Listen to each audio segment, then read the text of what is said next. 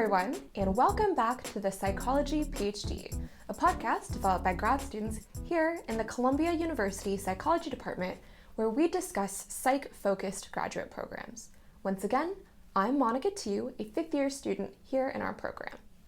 This season, we're discussing the process of applying to PhD programs in experimental psychology.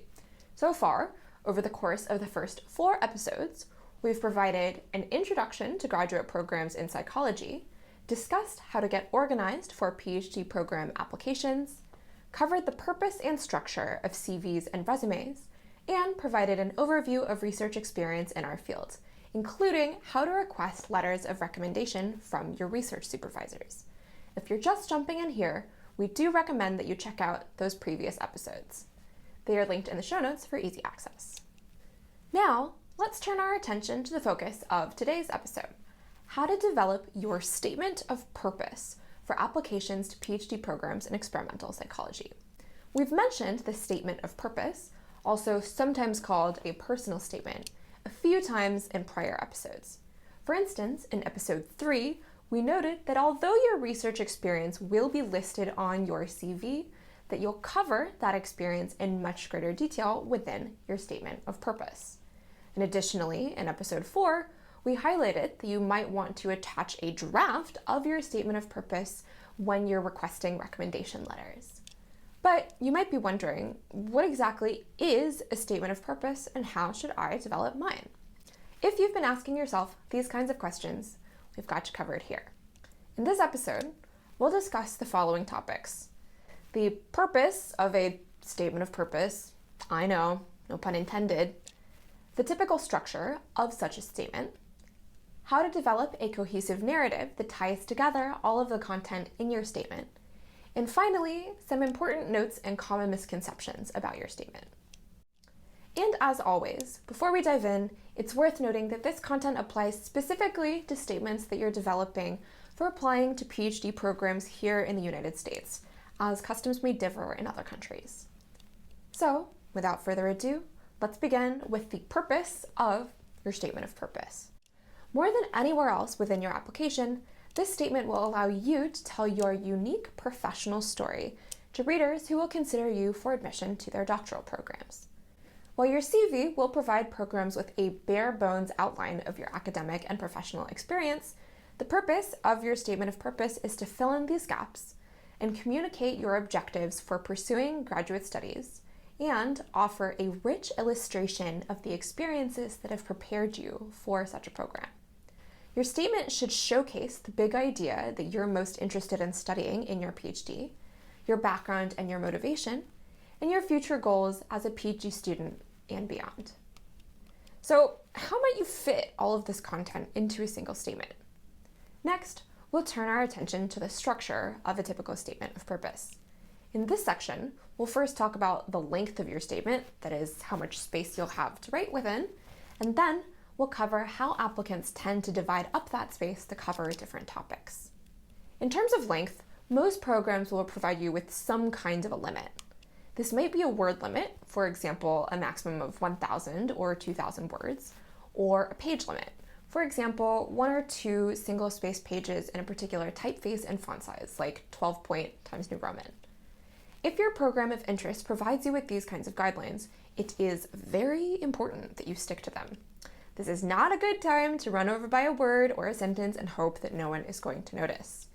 And furthermore, if a program does not provide you with a limit, I'd still recommend keeping your statement of purpose to no more than 2 single-spaced pages, as this is a customary maximum length for such a statement here in the US. Within these space limitations, here's what the typical structure looks like. The first paragraph tends to be a brief introduction consisting of a few items. First, your introduction paragraph should establish the big idea or core research question that you're interested in studying as a PhD student, often through a brief quote or anecdote. We'll discuss the specifics of this big idea in a few minutes when we turn our attention to your narrative. Second, this first paragraph might highlight in 1 or 2 sentences how you've begun to investigate this big idea through your past or current research experiences. And third, The paragraph should conclude with a single sentence outlining that you hope to pursue graduate studies under the supervision of the PI at the program to which you're applying, in order to further investigate some intersection of your own big idea with your PI's research interests. After this introductory paragraph, the next 2/3 or so of your statement should cover your past and current research experiences, with the goal of communicating how these experiences have prepared you for graduate study. In this section, applicants typically dedicate one paragraph to each research experience. This might mean one paragraph per lab if you've worked in 2 to 3 labs, or one paragraph per research project if you've participated in multiple projects within the same lab. In each of these paragraphs, you'll introduce the experience, clearly define your specific contribution, highlight the results or the expected results if you haven't finished data collection yet, and finally, you'll describe what you learned. We'll discuss how to craft these past experience paragraphs in more detail, again, in just a few minutes when we cover your narrative. The final third-ish of your statement should cover your future goals as a PhD student and scholar, typically within 1 or 2 paragraphs. In this section, applicants often mention their long-term career aspirations and note how a research-focused program like the one they're applying to will prepare them for such a career. Then, most students reiterate specifically what they hope to study as a PhD student under the supervision of the PI that they're applying to work with. Sometimes you might write a line or two about how the program is a great fit for you in particular, especially if there's something very unique about the program's faculty or resources that makes it a great fit for your research interests. Say if they have special facilities or equipment that are needed to investigate your particular research question, or if a certain faculty member has special expertise in the method or statistical approach that you hope to use. Finally, most statements of purpose end with a very brief 1 or 2 sentence conclusion paragraph reiterating your enthusiasm for the program and its fit given your interests, as well as your confidence in your level of preparation to embark upon such a program of study. This paragraph often ends with a sentence thanking the department for their consideration. So, to summarize the overall structure of your statement of purpose once more, between your introductory paragraph and your short concluding paragraph, about 2/3 of your content will focus on your past and current research experiences, and about 1/3 of your content will feature your future goals as a PhD student and scholar. Nailing down the general structure of your statement is only half the battle. Although the admissions committee wants to hear about your research experiences and qualifications, they also want to hear your authentic voice. The best way to achieve this is by framing your statement with a narrative. It's important that your statement of purpose has a narrative, or a common thread going through it, because a narrative will provide the reader with a clearer, more cohesive picture of your research journey. Said another way, a narrative for your statement of purpose can be thought of like the chassis for a car, or its body. A vehicle has many, many parts, and then only the wheels touch the ground, so it needs the chassis to serve as a strong foundation for all the car parts to rest on so that the car can run. Likewise, the foundation of your statement of purpose will be your narrative. Like most narrative essays, your statement of purpose will most likely be chronological and reflect a single theme or general idea. Of course, a statement does not have to be organized chronologically, but we do recommend this because it will make your statement easier to follow. What's even more important is to establish an overall idea that conveys the big question that you're interested in. Essentially, this big question or overarching theme is the core idea that drives your specific research question. One way to come up with this big idea is to think about the why behind your current research interests. For example, if I'm interested in psychology in general, it's worth asking myself what about psychology research in particular might be driving my interest. Or instead of just saying that I, for example, am interested in the behavior of people in social situations, I can develop that big idea one step further and ask, how do people understand other people? Or how do people reason about the emotions and thoughts of others and themselves? In this quick example, we've successfully identified a candidate general core research question that might drive an interest in psychology. In this case, Not only have I clarified what I am interested in, for example, the psychology of behavior in social situations, but also the why behind those interests, how humans understand other people. A core question like that can then be transformed into a narrative that you can then build upon through the statement of purpose. Also note that the big idea should be broad enough to expand upon through your research experiences over the course of your statement, but also specific enough to convey that you're interested in a particular psychological research question, not just psychology in general. For most statements of purpose, this big idea is first established in the introductory paragraph to convey how you became interested in your current specific research question. People will often present this big idea using specific, vivid imagery of a moment in their life that inspired the idea. There are a few ways that you could accomplish this. You could talk about a particular class you took that gave rise to your big idea, relate your general interests to media like a book or a movie, bring up a known quote that you deem relevant to your research interests, or even describe a recent personal experience that sparked your interest in psychological research. I should emphasize that sometimes here it is the small things that are important. You don't have to compose a deep, heart-wrenching anecdote for the beginning of your statement.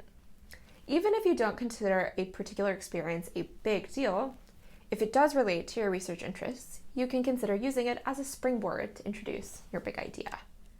Once you've established your core research idea, it's time to start framing your research experiences with that idea. In other words, it's time to start building the narrative. For the body section of your statement of purpose, it's a good idea to use the big idea that you introduced at the beginning of your statement as a launch point for each research experience that you describe. For example, the beginning of your first body paragraph can briefly describe how your big idea led you to seek out a research experience in a particular lab, or influenced how you thought about a particular study that you were involved in. For instance, I might open my first body paragraph by saying, in order to investigate how people draw conclusions about the mental states of others, I applied to XYZ lab to work as a research assistant. After describing each research experience, you should reflect upon how it has informed your current research interests. Specifically, there should be a clear transition between what you did in the past research experience and what you wanted to do next in the next step of your research journey. Make sure each transition feels purposeful and motivated by your own curiosity. And by the end of the statement, you should transition from the last research experience that you share to the research direction you'd like to pursue in graduate school. Now that we've laid out some general guidelines for establishing your big idea, we'll go over some important points that will help you maintain a cohesive narrative for your statement of purpose. In addition to establishing your voice, building a narrative for your statement of purpose allows you to accomplish what might be the most important part of your application package, showing the admissions committee how you think about science. Prospective PhD advisors and admission committees at large are primarily concerned with whether you can demonstrate critical thinking and creativity. Even if you have tons of research experience, it's more important that you show your reader how you've engaged intellectually with those experiences. You shouldn't just describe a study that you participated in, but also what you did and what you found. In addition to those things, you should strive to touch on the following. First, be sure to touch on the psychological theories that underlie the study you're describing. Next, touch on the gap in research that the study aims to address. In other words, why the research question is important. Next, describe why you did what you did to contribute to the study. And finally, mention the implications of your research findings. If there was a problem that came up in the study that you solved, you can talk about troubleshooting you did, what you learned while solving the problem, or what you would change for a future study. And likewise, you should leave space at the end of describing each research experience to reflect on how the study you worked on has further informed your understanding of the research topic. You can do this by proposing some lingering research questions that might have come up because of your experience. You can also discuss the conclusions that you reached based on the findings that you acquired. Or you can also communicate how the study's findings have further molded the big idea that you first introduced at the beginning of your statement of purpose. It's great if these lingering questions that you pose can segue nicely to the questions that you pursued in the next step of your research journey. If you choose to include some lingering questions, it's okay if they're not super closely related to what you would specifically like to explore in graduate school. This is simply another way to illustrate how you're thinking about science to your reader.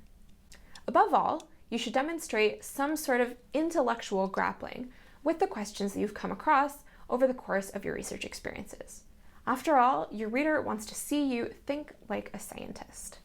If you're describing a study that's currently in progress, you should clearly describe the hypotheses for the study in lieu of presenting results. This is a two-step process. First, you'll need to describe the behavior and/or results that you currently expect for the study. And second, you should describe what such a possible finding would suggest. And the second point should complement your previous description of why the research question is important. So now, a word about when you describe the skills that you've gained from your research experiences. You should avoid, under all circumstances, merely rephrasing what can already be found on your CV. Any and all skills that you've gained from your experiences should always be placed in the context of the study itself. For example, instead of stating that you have experience completing fMRI pattern analyses, you might say that you conducted fMRI pattern analyses in order to examine whether memory retrieval causes greater differentiation among highly similar neural representations. You should be sure to explain how each skill that you mention acquiring contributed to the research study in question. A failure to place such a research skill in context might cause your reader to wonder whether you've adequately understood the study's purpose. Or worse, it might cause your reader to wonder if you have actively engaged with the study or if you merely completed tasks that your immediate supervisor assigned to you. The takeaway here, then, is to show, not tell. So one last big piece of advice as you're drafting your statement of purpose. As a prospective PhD student and trainee, your first inclination may be to frame what you'd like to do in graduate school through the lens of what you specifically are interested in. That makes total sense. However, research necessitates a transformation of your own interests into larger problems that people in your field also want to solve. Put differently, research is an activity that is all about shedding light on a particular academic enigma that isn't quite clear yet and attempting to explain it through systematic investigation. That's why it's particularly important, as you go through your statement of purpose, to extract and highlight the broader academic enigma that underlies your core research question. For example, what is an observation, whether from a previous study or from your daily life, that doesn't seem to be understood by the field? What are some observations that already exist that can be explained by multiple conflicting hypotheses? These are questions that might help you think critically about the research enigma that you'd like to solve in graduate school. So I do want to give some credit that the idea of research as an enigma or a puzzle comes from Sam Gershman's lab at Harvard University. If you're interested in learning more about how to identify the sorts of academic puzzles you'd like to pursue in graduate school, we've linked their original set of slides in the show notes below. Now that we've gone over how to build your very own narrative for a statement of purpose, we'll share some important notes about the process of drafting your statement and then dive right into some key misconceptions and pitfalls you should avoid. First, it tends to take quite some time to develop a strong statement of purpose, in most cases weeks or even months. For this reason, I recommend that you start really early, ideally in the spring or early summer before the fall in which you plan to apply. As a reminder, as I mentioned in episode 4 on research experience and recommendation letters, it's best to provide a full draft of your statement of purpose to your recommenders when you ask them for letters. And given that you'll be sending these letter requests no less than 6 weeks before the application deadline, you'll want to create a timeline for yourself to make sure that you have a draft ready by then. Further, it can be daunting to feel like you need to produce a perfect statement in the first draft all by yourself. In reality, though, a strong statement is developed and refined over time with the assistance of your colleagues. When first beginning, rather than attempting to write a full draft all at once, you can jot down ideas as they come to you. At this stage of the process, it can be helpful to free write. Getting thoughts down onto the page is much more important at this stage than worrying about finding the perfect word or turn of phrase. Once you have enough of these thoughts written down, you can then organize and revise them into a more cohesive statement. And finally, you're not on your own while writing your statement. Reach out to people you might want feedback from and ask if they'll be able to review your statement of purpose. You can get feedback from your recommenders or from other colleagues, if possible, people who are working in academia. Once you've finished a rough draft, send your statement to your reviewers for feedback. Ideally, no less than 6 weeks before the application deadline, as I mentioned before, to give your reviewers time to return feedback and to give you time to edit. Overall, give yourself time, don't be too harsh on your ideas during the writing process, and incorporate others' feedback. It might seem good to start your statement with an eye-catching hook that will grab your reader's attention. On the surface, this advice seems well-intentioned and, it makes a lot of sense. Why wouldn't you want to grab the reader's attention? Well, faculty members go through tons of statements every application cycle, which means that they are looking for some key components of your statement as quickly as possible. In other words, faculty members are not looking for introductions that state how passionate you are about the field. They're looking for introductions that display curiosity and a commitment to the field. That's why you should stay away from hooks about your passion and focus on the spark that led you to your current research interests. A spark works well because it's a subtle and sophisticated way of conveying your interests to a faculty member. For a spark, many statements will use a short anecdote to do this. The best statements will keep their anecdote to no more than 3 sentences in length. Those who have recently graduated might use a brief time from their experience in university, while those who've been out of school for a couple of years or more might describe a recent situation that prompted them to apply to graduate school and pursue academic research. If you are part of the latter category, say if you've spent a couple of years in a non-academic field like industry or business, you should also clearly communicate why you would like to return to school and get a graduate degree.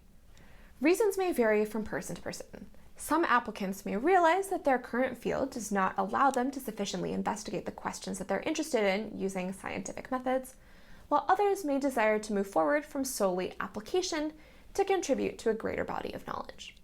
Whatever your reason may be sure to communicate it to your reader.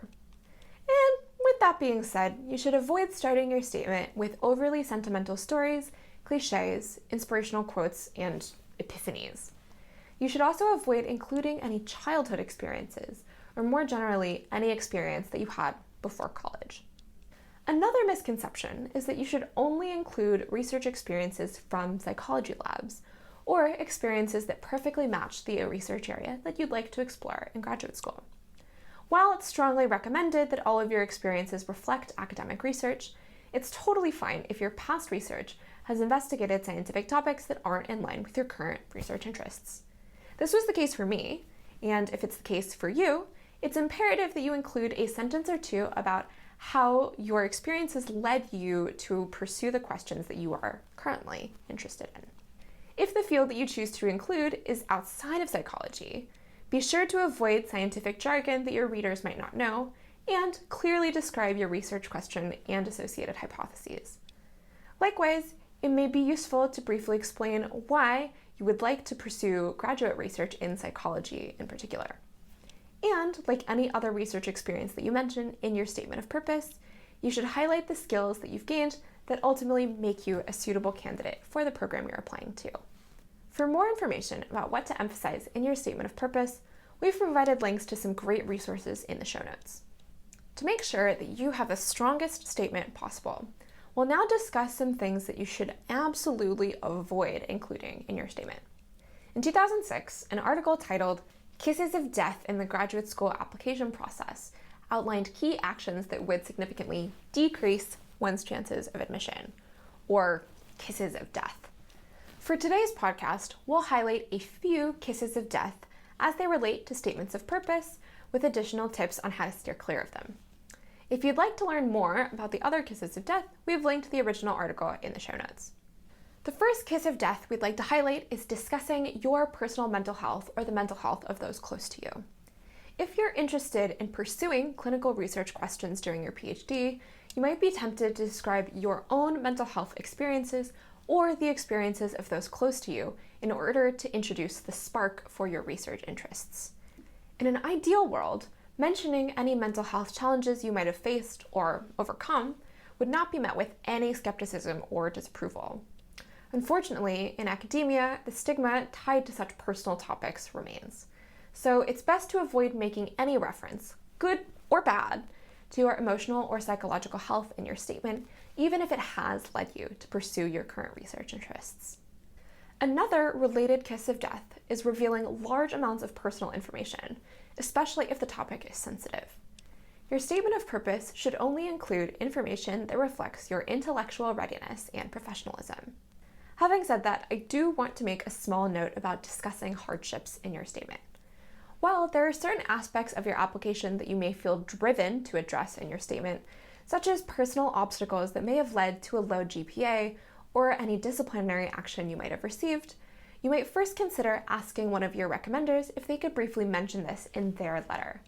That way, it's clear that other qualified members of the field have already determined that you are a strong candidate for graduate school, despite any questionable occurrences on your record that might raise a red flag otherwise. And if you must discuss these in your statement yourself, you should keep it as brief and dispassionate as possible, with the primary goal of illustrating what you learned from the situation. Many institutions might expect you to write a few lines about your career aspirations in your statement of purpose. Above all else, when doing this, you should avoid coming off as too idealistic or naive in your statement. If you want to acquire a graduate degree with plans of becoming a tenure-track professor, for example, it's best to express this in a strategic manner. This is because, quite frankly, tenure-track positions are few and far in between, and the academic job market is bleak. In order to get around this, you should frame academia as a potential career path by saying something along the lines of, graduate school will provide me with the skills and knowledge necessary for a career in academia. Alternatively, you can focus on using ambition-oriented phrases like I hope to and I aim to when expressing your tenure track aspirations. For those who are not sure whether they'll pursue a career in academia, you should avoid framing the graduate degree as a form of career advancement, and certainly steer clear of conveying that graduate school is merely a checkbox in a form that you need to fill out. Finally, you should ensure that your statement of purpose showcases strong writing skills.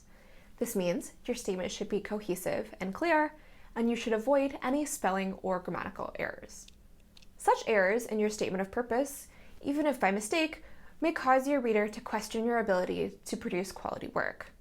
Likewise, poorly organized statements that feature run-on sentences, choppy transitions, and unnecessary big words might cause a faculty member to question whether you can communicate your science effectively, which is necessary in order to make it in graduate school and in academia at large. Whew! Okay, that's all for this episode, and once again, I truly hope that this has been helpful for you. In our next and final episode of the Psychology PhD for this season, we'll talk about preparing for graduate school interviews. And just as before, we will be updating the show notes to include links to these different topics as soon as each new episode launches. You can find the show notes below this episode in the description if you're watching on YouTube, or in the show notes section of whatever podcast app you're listening on.